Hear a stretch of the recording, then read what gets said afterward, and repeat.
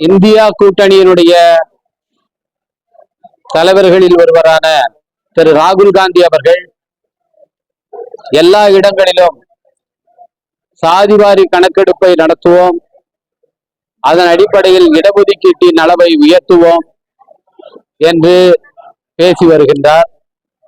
India கூட்டணியினுடைய உருவாக்கத்தில் முக்கியமான பங்காற்றிய மாண்புமிகு தமிழ்நாடு முதலமைச்சர் அவர்களும் அந்த குரலை எதிரொலிக்க வேண்டும். குறிப்பாக பிற்படுத்தப்பட்டோர், பட்டியல் சமூகத்தினர், பழங்குடியினர் ஆகியோருடைய இடஒதுக்கீட்டை அளவை உயர்த்துவோம் என்று அறிவிக்க வேண்டும். பட்டியல் சமூகத்தினர் தங்களுடைய இடஒதுக்கீட்டின் அளவை 18 விழுக்காட்டிலிருந்து 24 விழுக்காடாக உயர்த்த வேண்டும். ஏனென்றால் தமிழ்நாடு அரசு மேற்கொண்ட சாம்பிள் சர்வேயில் தமிழ்நாட்டின் மக்கள் தொகையில் 24 விழுக்காடு எஸ்சி மக்கள் உள்ளனர் என்று தெரிய வந்திருக்கிறது. அதன் அடிப்படையில் 24 விழுக்காடாக உயர்த்த வேண்டும் என்று வலியுறுத்தி வருகின்றனர். அதை கவனத்தில் கொண்டு இந்த இடஒதுக்கீட்டின் அளவை உயர்த்துவோம் என்று மாண்பு முதலமைச்சர் அவர்கள் திரு ராகுல் காந்தி அவர்களைப் போல அறிவிக்க வேண்டும் என்று கேட்டுக்கொள்கின்றோம். உச்ச நீதிமன்றம் பட்டியல் சமூகத்தை கூறுபடுத்துவது தொடர்பாக அளித்த தீர்ப்பின் அடிப்படையில் இன்றைக்கு ஹரியானா மாநிலமும் தெலுங்கானா மாநிலமும் ஆணையங்களை நியமித்து பரிசீலிக்க உத்தரவிட்டிருக்கின்றன. ஏற்கனவே இங்கே அருந்ததியர் சமூகத்தினருக்கு விடுதலை சிறுத்தைகள் கட்சியின் ஆதரவோடு இடஒதுக்கீடு வழங்கப்பட்ட போது நீதிபதி ஜனார்தன் அவர்களுடைய ஆணையத்தின் அறிக்கையை பெற்றுத்தான் அது வழங்கப்பட்டது. அதனால்தான் நீதிமன்றத்திலும் அந்த சட்டம் செல்லுபடியானது. எந்த ஜனார்தன் கமிஷனுடைய அறிக்கையின் அடிப்படையில் இந்த இடஒதுக்கீடு வழங்கப்பட்டதோ அந்த ஜனார்தன் கமிஷனில இறுதியாக என்ன சொல்லி இருக்கிறார்கள் என்றால், இந்த இடஒதுக்கீட்டை 10 ஆண்டுகள் முடிந்ததும் சீராய்வு செய்ய வேண்டும், ரிவ்யூ செய்ய வேண்டும். அப்படி ரிவ்யூ செய்யும் போது இந்த இடஒதுக்கீட்டினால் அவர்கள் உரிய பயன்களை அடைந்திருக்கிறார்களா, அவர்கள் மற்றவர்களோடு போட்டி போடும் அளவுக்கு இன்றைக்கு அந்த பயன்களை பெற்றிருக்கிறார்களா என்று பார்க்க வேண்டும். அவ்வாறு அவர்கள் பயன் பெற்றிருந்தால் அதன் அடிப்படையில் இன்றைய கூறுபடுத்தலை தொடர்வதா வேண்டாமா என்பதை முடிவு செய்ய வேண்டும் என்று ஜனார்தன் ஆணையத்திலே தெளிவாக கூறியிருக்கிறார்கள்.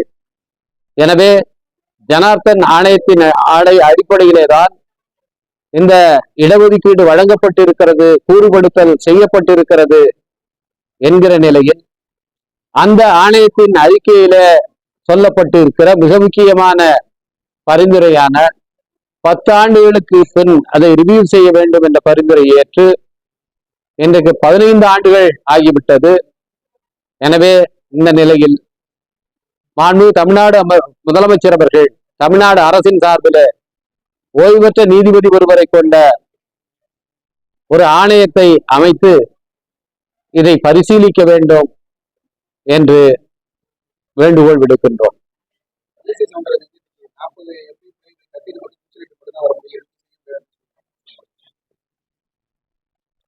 தமிழிசை சவுந்தரராஜன் அவர்கள் ஆளுநராக இருந்த போதும் அதைத்தான் செய்தார். எனவே அப்படித்தான் எம்பிக்களும் செய்வார்கள் என்று அவர் நம்பிக்கொண்டிருக்கிறார். தயவு செய்து அவர் இப்பொழுது குளிர்கால கூட்டத்தொடர் நாடாளுமன்றத்தில் துவங்க இருக்கிறது. அவர் அங்கே வந்து தமிழ்நாட்டு எம்பிக்கள் நாங்கள் கூச்சல் போடுகிறோமா அல்லது என்ன செய்கிறோம் என்பதை பார்த்துவிட்டு தனது கருத்தை சொன்னால் நன்றாக இருக்கும். ஜார்க்கண்ட் மாநிலத்திலே காங்கிரஸ் தலைமையிலான இந்தியா கூட்டணி வெற்றி பெற்றிருக்கிறது. ஒரு நல்ல தீர்ப்பை அளித்திருக்கிறார்கள். மகாராஷ்டிரா மாநிலத்தில் இன்றைக்கு யாரும் எதிர்பாராத ஒரு தேர்தல் முடிவு வந்திருக்கிறது. ஹரியானாவிலும் அப்படியான முடிவு வந்தது. இப்படியான முடிவுகள் வரும்போது நமக்கு வலுவான ஒரு ஐயம் ஏற்படுகிறது. அது இந்த மின்னணு வாக்குப்பதிவு எந்திரம் நம்பகமானதா என்பதை பற்றிய ஐயம்தான். தோற்றதனால் இதை சொல்லவில்லை.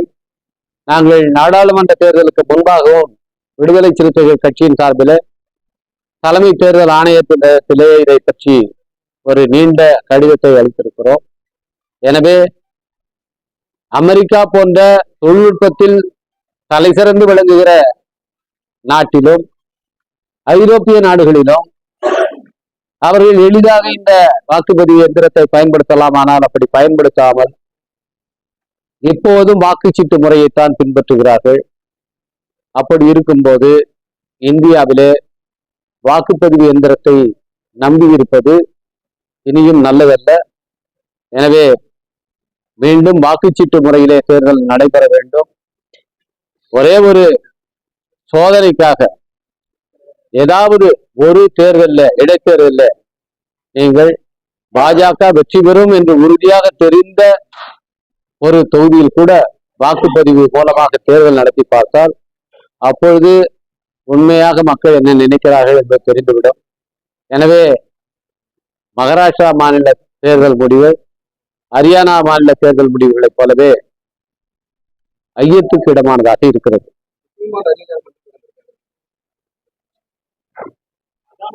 அது திரைத்துறையை சேர்ந்த இருவர் சந்திப்பதில் என்ன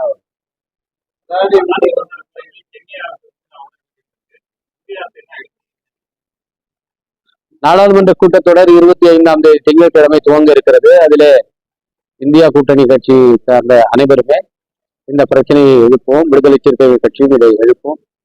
இப்பொழுது வந்திருப்பது மிகவும் ஒரு சீரியஸான ஒரு விஷயம். இதற்கு முன்பாக கிண்டன்பர்க் போன்றதெல்லாம் ஊழல் நடந்திருக்கிறது என்பதை பற்றி, முறைகேடு நடந்திருக்கிறது என்பதை பற்றிய ஆதாரங்களை தான் வெளியிட்டார்கள். இன்றைக்கு அமெரிக்க அரசு கைது வாரண்டையே பிறப்பித்திருக்கிறது. இது மிகவும் சீரியஸான ஒரு விஷயம். அதுபோலவே இஸ்ரேல் பாலஸ்தீனத்தின் மீது நடத்துகின்ற அந்த போரில் இந்தியாவின் கூட்டோடு, குறிப்பாக அதானி டிஃபென்ஸ் என்ற கம்பெனியின் கூட்டோடு தயாரிக்கப்படுகிற ஆயுதங்கள் பயன்படுத்தப்படுகின்றன. அதனால்தான் இவ்வளவு அதிகமான உயிரிழப்புகள், ஏறத்தாழ 1,80,000 பேர் உயிரிழந்திருக்கிறார்கள் என்று சொல்லப்படுகிறது. அந்த உயிரிழப்புகளுக்கு இங்கே இந்த கூட்டு முயற்சியில தயாரிக்கப்படுகிற ஆயுதங்கள் தான் காரணம் என்று எனக்கு தகவல்கள் வெளியாகி இருக்கின்றன. அதிலும் அதானி கம்பெனி பெயர் தான் அடிபடுகிறது. இஸ்ரேல் பிரச்சனை, பாலஸ்தீன பிரச்சனையிலே இந்தியா எடுத்திருக்க நிலைப்பாட்டுக்கு நேர் எதிராக இந்த கூட்டு உறவு ஆயுத தயாரிப்பு ஒப்பந்தம் என்பது இருக்கிறது. எனவே அதானி டிஃபென்ஸ் கம்பெனி இஸ்ரேலும் சேர்ந்து ஆயுதம் தயாரிக்கின்ற அந்த ஒப்பந்தத்தை இந்திய அரசு ரத்து செய்ய வேண்டும் என்றும் கேட்டுக்கொள்கிறார்.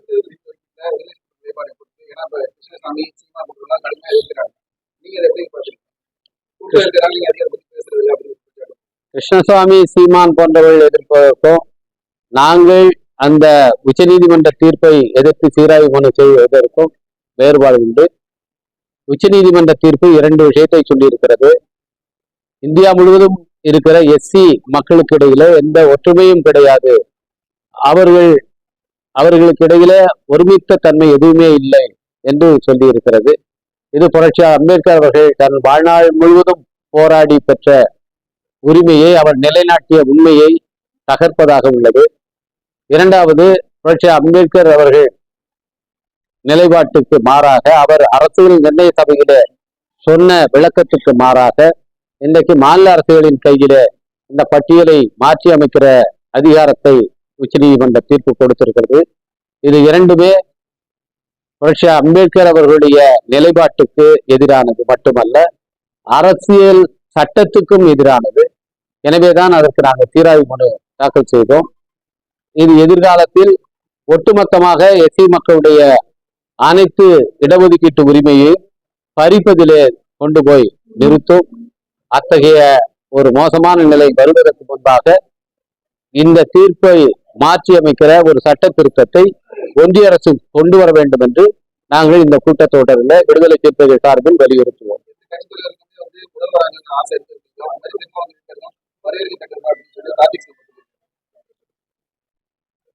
நிச்சயமாக எந்த ஒரு கட்சி, அரசியல் கட்சி ஆரம்பித்தாலும் அந்த கட்சி ஆட்சியை பிடிக்க வேண்டும், தங்களுடைய தலைவரும் முதலமைச்சராக வேண்டும் என்ற எண்ணத்தில் தான் இந்த கட்சி துவங்கப்படுகிறது. இன்னைக்கு எங்களுடைய தலைவர் எழுச்சி தமிழர் திருமாவளவன் அவர்கள் தேர்தல் அரசியலில் கடந்த 25 ஆண்டு கால அனுபவம் பெற்றவர், அரசியல் பாதையில 35 ஆண்டு கால அனுபவம் பெற்றவர். தன்னுடைய சொந்த முயற்சியிலே ஒரு கட்சியை நிறுவி அதை இன்றைக்கு தமிழ்நாட்டு அரசியலிலே ஒரு தவிர்க்க முடியாத சக்தியாக அவர் உருமாற்றி காட்டியிருக்கிறார். அத்தகைய ஆளுமை மிக்க ஒரு தலைவர் முதலமைச்சராக வந்தால் தமிழ்நாட்டுக்கு அது நன்மைதான் பயக்கும். எனவே அப்படி சொல்வதிலே எந்த தவறும் கிடையாது.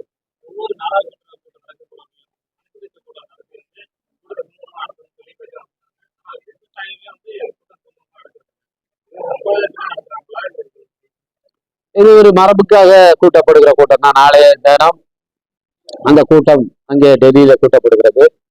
போன கூட்டத்திலே நாங்கள் எல்லாம் சில கருத்துக்களை ஒருமித்த எல்லா கட்சிகளும் சேர்ந்து கொடுத்தோம். அதாவது சிறிய எண்ணிக்கை கொண்ட கட்சிகளுக்கு நேரம் ஒதுக்குவது மிக குறைவாக இருக்கிறது. உதாரணத்துக்கு நாங்கள் 2 உறுப்பினர் கட்சி, விடுதலை சிறுத்தைகள் கட்சி, எங்களுக்கு 2 அல்லது 3 நிமிடங்கள் தான் பேசுவதற்கு ஒதுக்குகிறார்கள். அப்படி இருக்கக்கூடாது. அந்த 3 நிமிடத்துல நாங்கள் ஒவ்வொருவரும் 2 பேர் நாங்கள் நாடாளுமன்ற உறுப்பினர் இருக்கிறோம் என்றால் ஏறத்தாழ 40 லட்சம் வாக்காளர்களுடைய பிரதிநிதிகள் நாங்கள்.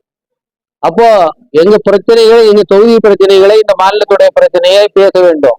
அதுக்கு யாராக இருந்தாலும் குறைந்தபட்சம் 10 நிமிடங்கள் அளிக்க வேண்டும் என்று ஒட்டுமொத்தமாக அனைத்து கட்சியின் சார்பிலும் அது சொல்லப்பட்டது.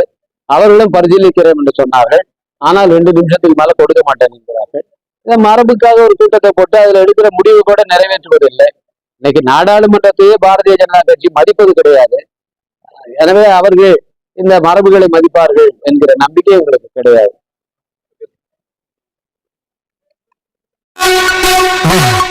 மறக்காம சர்ப்ரைஸ் பண்ணுங்க. தேங்க்யூ.